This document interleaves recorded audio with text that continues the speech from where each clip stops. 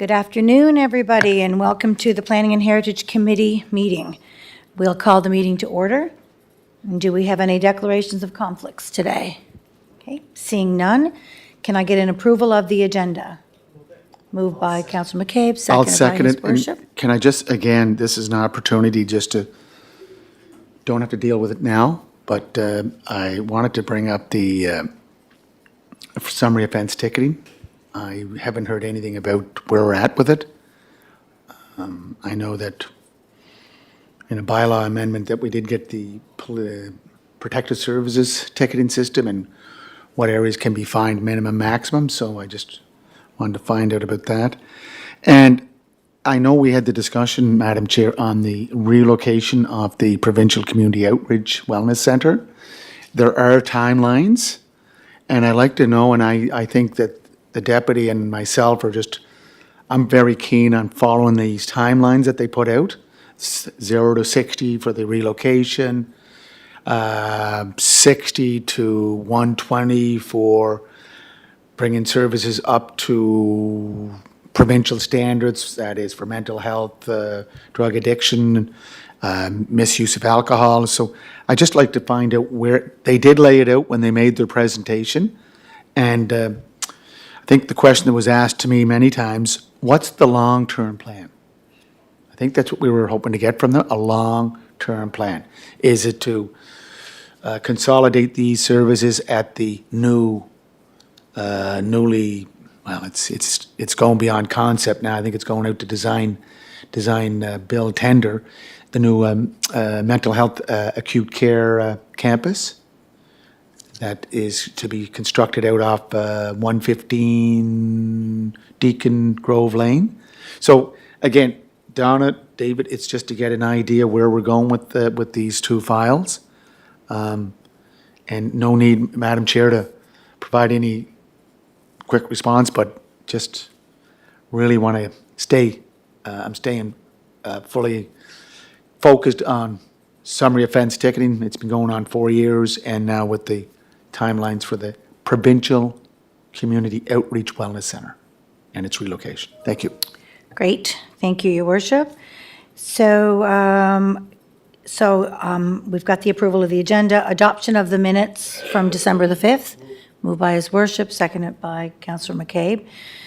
Okay, any business arising from those minutes? No? Okay, we'll move right on to our reports. We have one item on our agenda today, and that's our Planning and Heritage Department draft budget discussions. So I'll move that over to our two managers. Okay, thank you, Madam Chair. I'll just wait for the presentation to be loaded up on the screen there, and then I'll start speaking to the opening slides and hand it over to our policy manager, Donna, thereafter.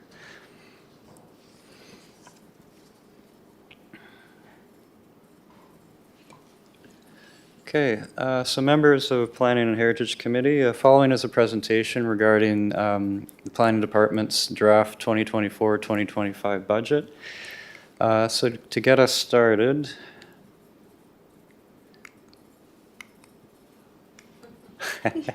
having some technical problems here. Jason, if you could maybe just forward the slides, I'll just say slide for each slide there. The remote doesn't seem to be working. Okay. So just to start us off, the following slide details some of the key programs and service levels that are proposed in the 2024-2025 budget for the Planning Department. Among these are creation of a pre-application system for the department that will assist with the development review process. Also implementation of bylaw enforcement program for our zoning bylaw, recently adopted short-term rental bylaw, garden suite and secondary suite bylaw, as well as other related bylaws that concern land use within the city of Charlottetown. I'll just note as a point to this that we did hire on and have our bylaw enforcement officer start with us recently in the department, so this new position does blend in with this program and service under the 2024-2025 budget. As well, the budget also aims to increase permit response times and turnaround times on development permit submission and review. And with the additional staff that we've already brought on board and those that are proposed in the new draft budget, this will assist in decreasing our response times and increasing flow on permit approvals. Also, the budget speaks to allocations for our heritage engagement programs throughout the city, as well as initiatives for updating our internal departmental policies and procedures to assist with streamlining our processes even further. Slide. So the next slide outlines expected revenue that we've forecast for the coming fiscal year that would commence April 1st, 2024.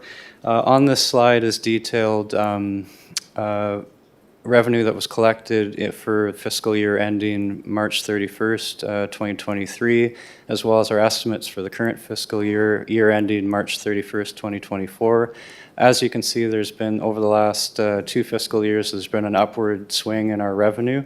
We experienced a 12% increase year over year between fiscal 22-23 and fiscal 23-24, going from 1.9 million to 2.2 million in revenue collected for the department. And based on that recent history, we've allocated, I would say, a fiscally conservative amount of $2 million for building permit revenue, and the other amounts that are on the screen, including a new amount for STR licenses and registration. We've estimated this at approximately 115,000 revenue that would be taken in the year to come. So this puts us relatively close to what the estimated revenue collection will be for 2024.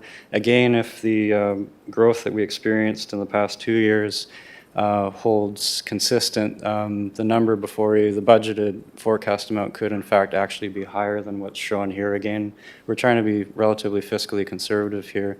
You know, and if we have a surprise, it would be a good surprise. Next slide, please.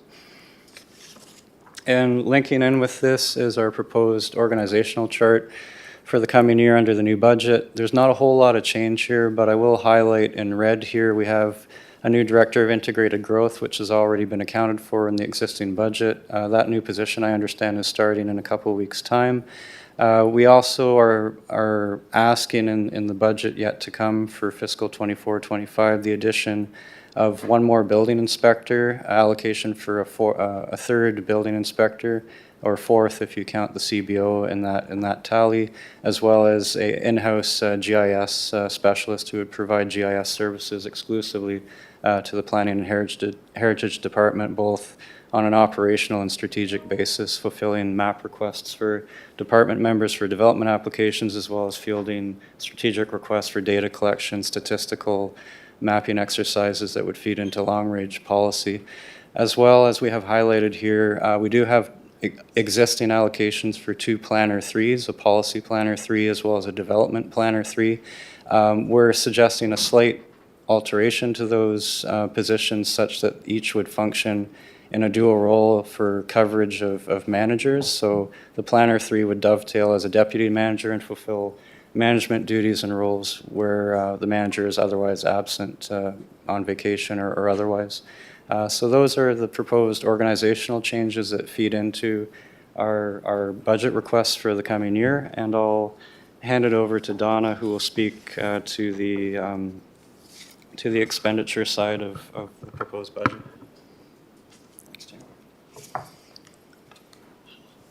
Thanks, David.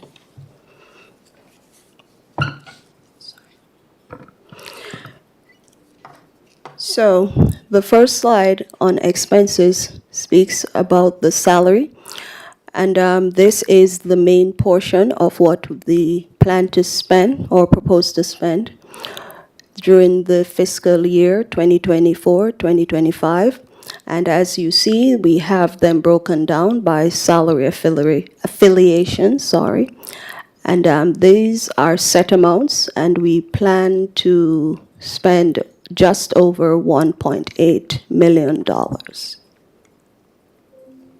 In terms of committees and boards, we plan to spend $43,200 approximately, and this will be split across all the different boards that fall within the Department of Planning and Heritage. And this includes the stipend that's paid to the members that sits on the boards, as well as any meals or any additional spend that's required to have these meetings. On special projects, we are proposing that we will spend about $250,000, and this will be split across the official plan finalization, a 500 lots project, and this will include how we move forward in terms of designating properties and heritage resource areas. We will also be spending on heritage grants, heritage tax incentive, and the SDR implementation and enforcement aspect has to do with a tool that we get through Granicus, which is a supplier that we use to track SDR operations throughout the city. Staff development, we intend to spend just about $48,000 on this. And this is a key aspect of any department, and we will be spending these across conferences, memberships, and affiliations for all the members of our department, as well as courses, additional webinars that they will take part in throughout the fiscal period.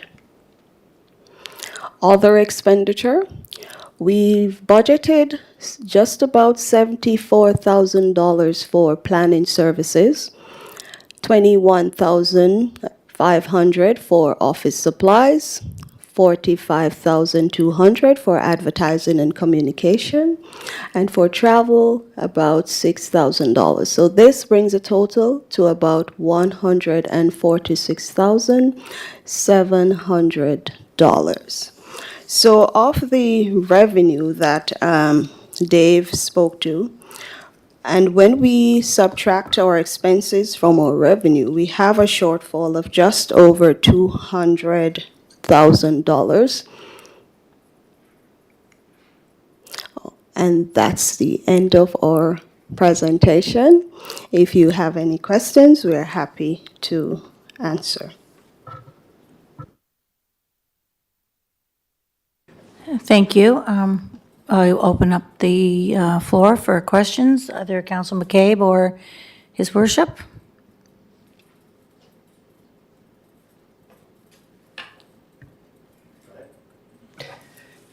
No, and I appreciate the presentation, and I like to see the structure of how they see their organization and going, and I'm just clarifying, I know we've talked about these priorities around positions and stuff are going to come to us at budget time in order operationally, right? Is that still the plan for this department as well?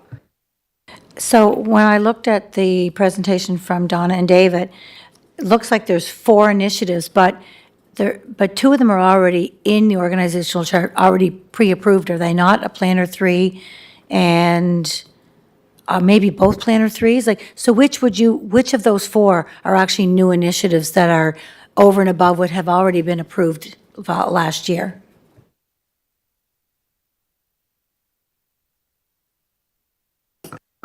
Okay.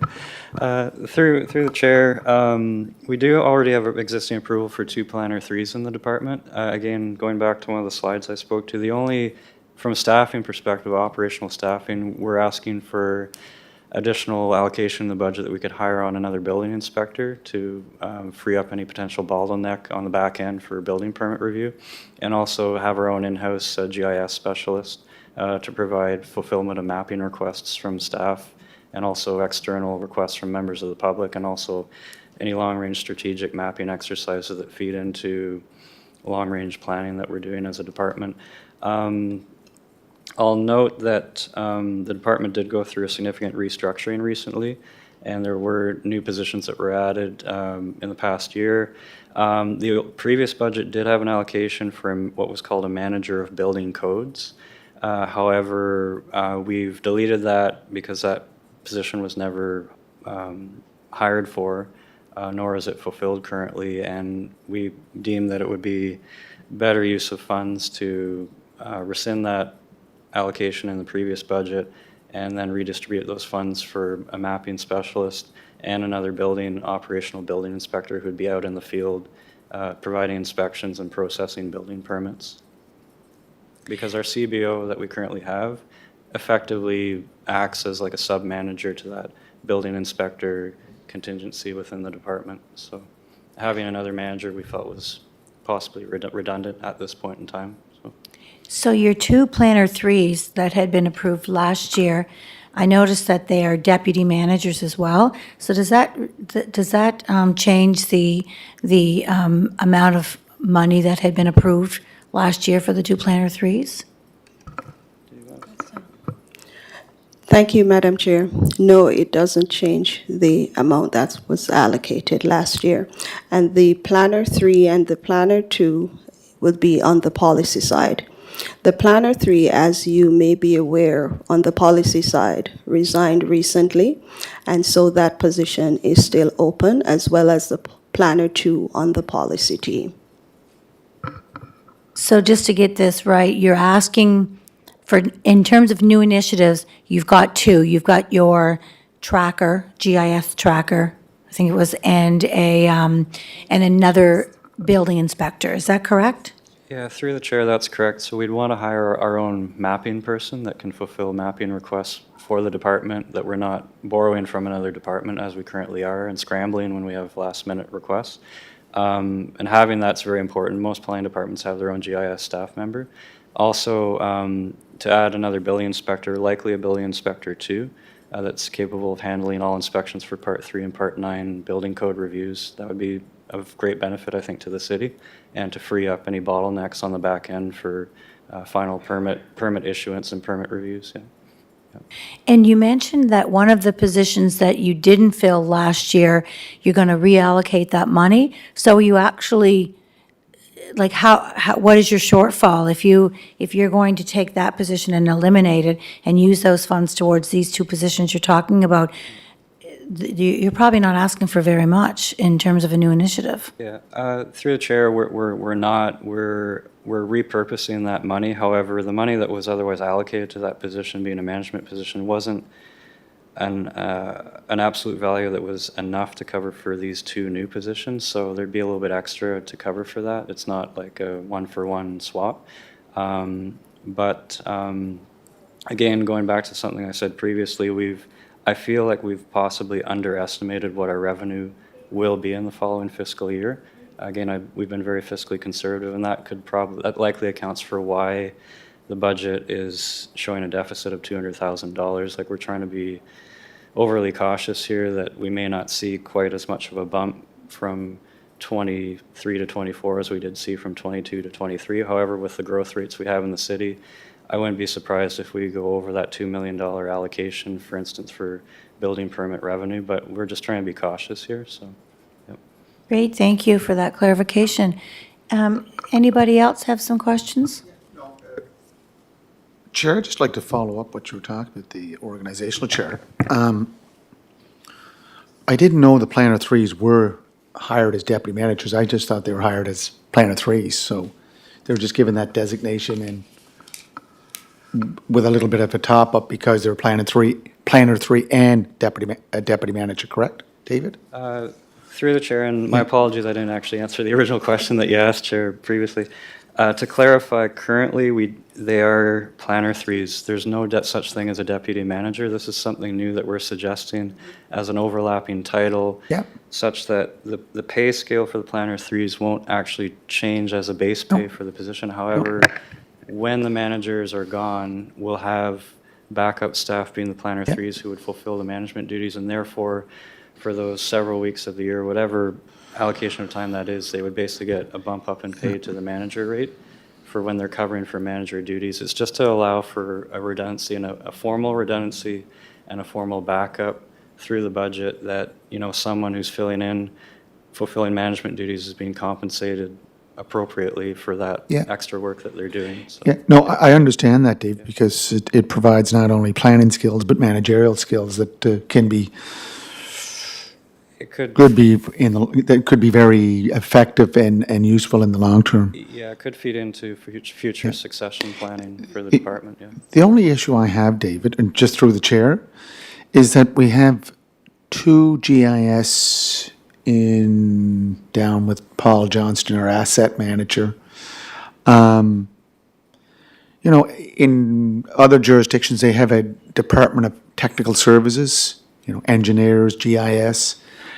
I just, again, trying to keep all this mapping together, because we're all departments use mapping. Water and wastewater, hopefully we'll be using it for our fiber op network, public works, and now, of course, planning it's a very important tool. So I just, it'd be great that these GIS specialists all continue to communicate with each other, which I'm sure they will. But, when you put them in separate buildings, sometimes it's becomes a little more difficult. But I just want you to keep that in mind. Other than that, I think it's great that we're going in this direction. The only, my questions is that, how did you estimate the STR revenue? Like, if you had it at 115,000, did you estimate that on 100, 150 STRs, 200? What would your, like, to get that figure, you just didn't pop it out of the sky and say, boom, put it in there? Thank you, Your Worship, and through you, Madam Chair. The amount that's estimated for the SDR revenue was based on the report that was done that told us the number of SDR operations that exist within the city. So that's 600 and something SDRs. But that 600 was back in 2019. And that was confirmed through the provincial records that they have, and they're still just about the same. So at $175 per license. Right. Times 600 and something, that gave us that So, figure. just in that vein, through the chair to Donna, so you're saying of those, let's say 619, 620, they will be principal residents and also that group that are under non-conforming use? Yeah, a combination of both. Oh, okay, okay. So then, I think, Don, it was under your budget, under the slide, the OP finalization. Now, the chair and I know Councillor McCabe knows this, that because we've been involved right from the beginning. There was $500,000 that came from the gas tax transfer at the beginning to do this overhaul of the official plan. So is that all that's left of the 500,000, or is that No. a new request? This is what it's going to take to finalize the official plan. So this is what came in from the consultants. So this would be their fees, along with the fees that it will cost to do the additional consultations that we have to do, public engagements. This does not indicate what's left of what we got through the gas tax. Okay, so that's not being accounted here. No.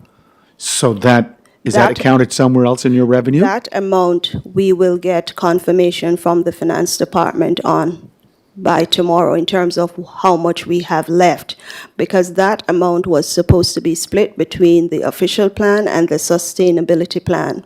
So the sustainability plan is away on, so that amount will be subtracted and the remaining will be allocated to planning's Oh, I thought revenue. the 500,000 was just dedicated to the, No.